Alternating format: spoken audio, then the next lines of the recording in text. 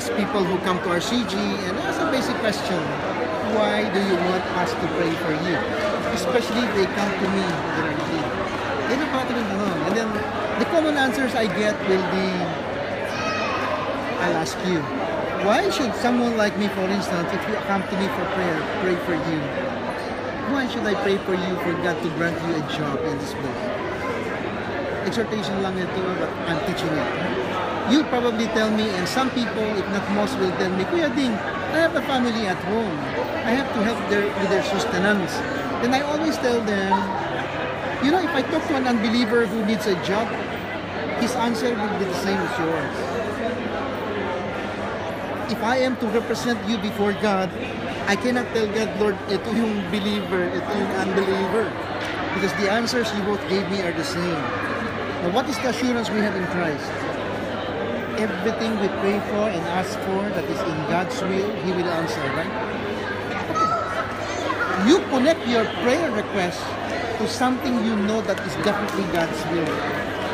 And what is God's will, for instance? That we serve in a land like this. Correct? So, ibahin mo ang reason for praying for you. Sa'yo, ang sabi mo, Lord, I believe, nag-exhort ako. Oh, hindi, ako lang. Awag niya, karang kambal mo at. Anyway, so for you, ang exhortation ko is, channel your prayer in such a way that God's will is part of it. Okay?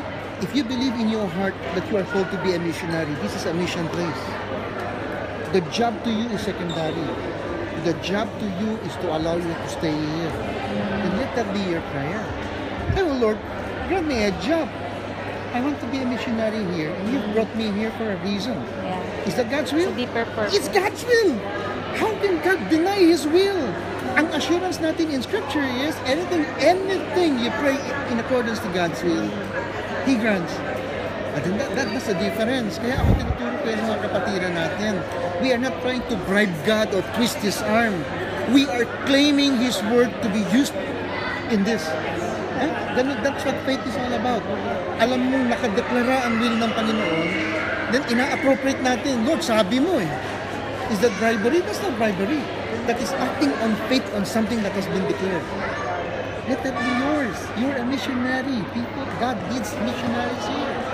So if I ask you or whoever, let your prayer request be distinctive. Yours will be in accordance to God's will. Then your assurance, mas firm ang assurance mo. Yun. And then, breakthrough will come. Because ako ang challenge ko parati, it's not as if God answers all our pleas, no? Yeah. Kasi sometimes we don't know what God's will is talaga. But one thing I have learned, Bumabasa ba? sa Bible nakalimutan ko pa, pero ang attitude na ganito.